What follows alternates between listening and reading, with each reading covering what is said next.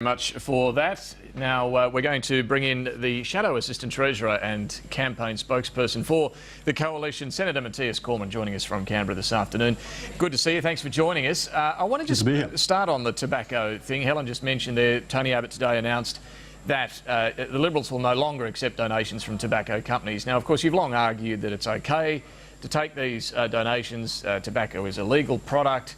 What's changed? Why the decision now not to take donations?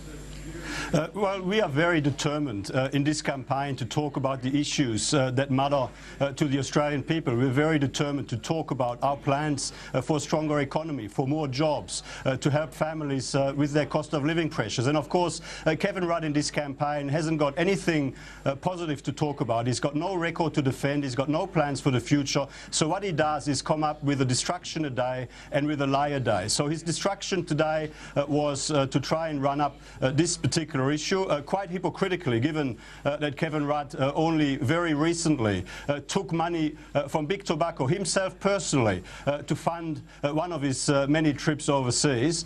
And so, I mean, Tony Abbott today very clearly provided leadership, because we are committed to keeping the air free, to talk to the Australian people about our positive plans for a stronger economy and for a better Australia. But I'm just wondering what the principle is here. Is it simply to get rid of a distraction that you've now decided donations from tobacco should not be accepted?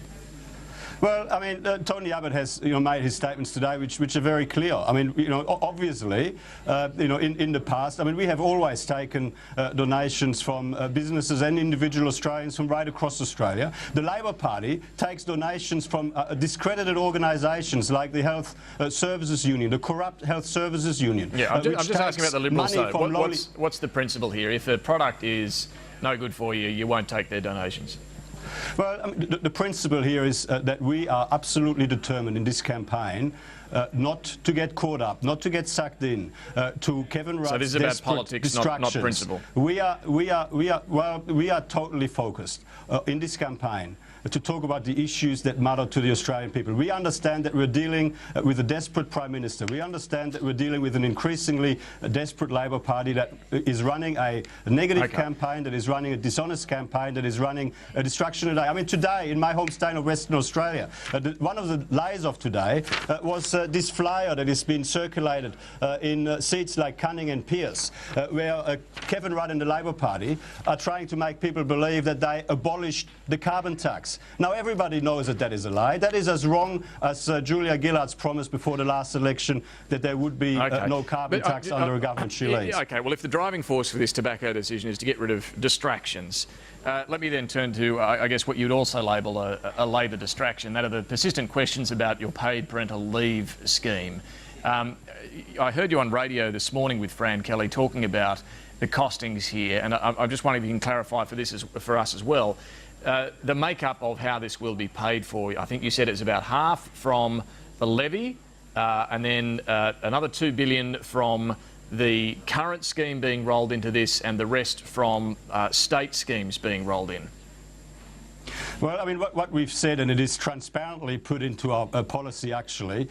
So over the forward estimates, the net additional cost from our paid parental leave levy is $6.1 billion. Once the scheme is fully operational, it costs about $5.5 billion a year overall. About half of that comes from the paid parental leave levy.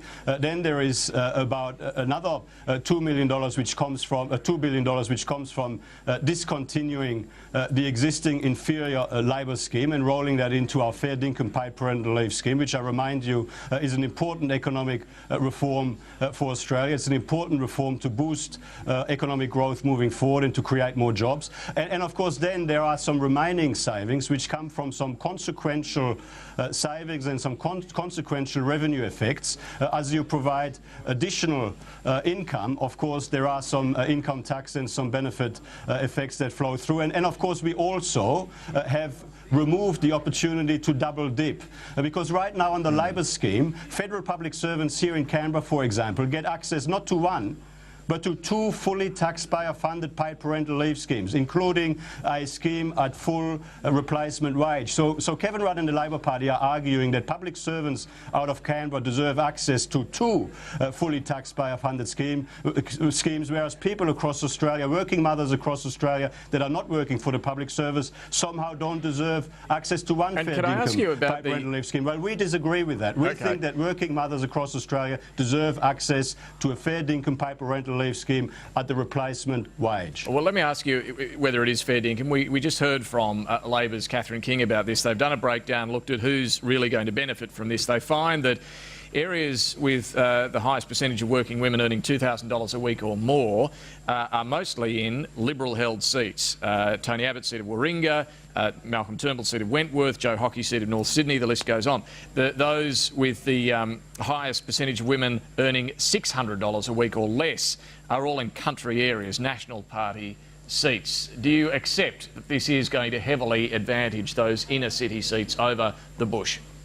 No, I don't accept it at all. The Labor Party is making it up as they go. I mean, our paid parental leave scheme will predominantly favour and be very good for low and middle income families. And I'll just explain this. Out of all of the women across Australia in the age bracket between 18 and 49 years of age, only 1.7% of them earn more than $100,000. So this is a complete furphy that the Labor Party is running. Overwhelmingly, people on minimum wage, women on the minimum wage will be $5,000 better off as a result of our scheme. Women on the average wage will be $21,000 better off. Overwhelmingly, our paid parental leave scheme is good news for low and middle income families, and of course it is also a very important economic reform for Australia, helping us to grow a stronger economy. Now, just finally, Senator, the respected economist Saul Eslake, he's the chief Australian economist for the Bank of America Merrill Lynch, he's put together a 34-page review of your policies and how they may or may not add up. He says there's a gap of $30 billion that you need to find in savings. Is that figure about right? Look, I'll stick to our orderly, methodical and structured process. As you know, we've already released about $17 billion worth of savings to fund our policy commitments. In good time before the election, we will be releasing a full list of all of our policies and their cost, a full list of all of our savings measures and their value. And what it will show is that under the coalition, the budget will be in better shape, the budget bottom line will be better than it would be under Labor. All right, but is Saul Eslake about right here? He says that your savings only total $13.5 billion. Well, Saul Eslake, who I've got a high regard for, he's not aware of our assumptions. He's not aware of the underlying methodologies and the underlying principles that are underpinning our policies. So with all due respect, I stick to our orderly, structured, methodical process, our rigorous process through the Parliamentary Budget Office, and of course the independent review through our independent panel of experts, including people like Peter Shergold, the former Secretary of the Prime Minister's own department. All right, Senator Matthias Cormann, we'll have to leave it there. Thanks for joining us. Always good to be here.